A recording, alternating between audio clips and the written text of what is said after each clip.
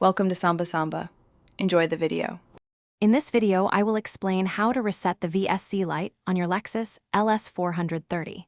First, ensure your vehicle is on a completely level surface with the parking brake engaged.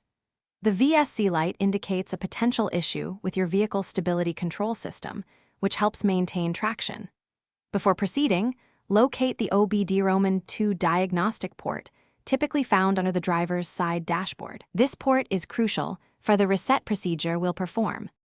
Now let's perform the 0-point calibration. With the ignition off, use a paperclip or wire to connect terminals TS and CG on your OBD-ROMAN2 port. Turn the ignition to the on position, but do not start the engine. The VSC light should illuminate, confirming the 0 point is erased. Turn the ignition off, remove the jumper, then turn the ignition back on. The VSC light should go off after about 15 seconds. To complete the calibration, turn the ignition off again. Reconnect the TS and CG terminals with your jumper wire. Turn the ignition back to the on position. The VSC light should now begin blinking rapidly, indicating the system is calibrating. Once this rapid blinking stops, turn the ignition off and remove the jumper wire.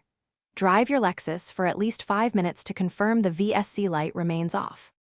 If the VSC light persists after these steps, it may indicate a deeper issue requiring professional diagnosis. Factors like misaligned wheels or faulty sensors can trigger it. Regular maintenance, including proper tire pressure and alignments, is key to preventing future VSC warnings. Remember to check the description below for a link to the new Kindle Paperwhite and other great deals. Keeping your Lexus well-maintained ensures optimal safety and performance.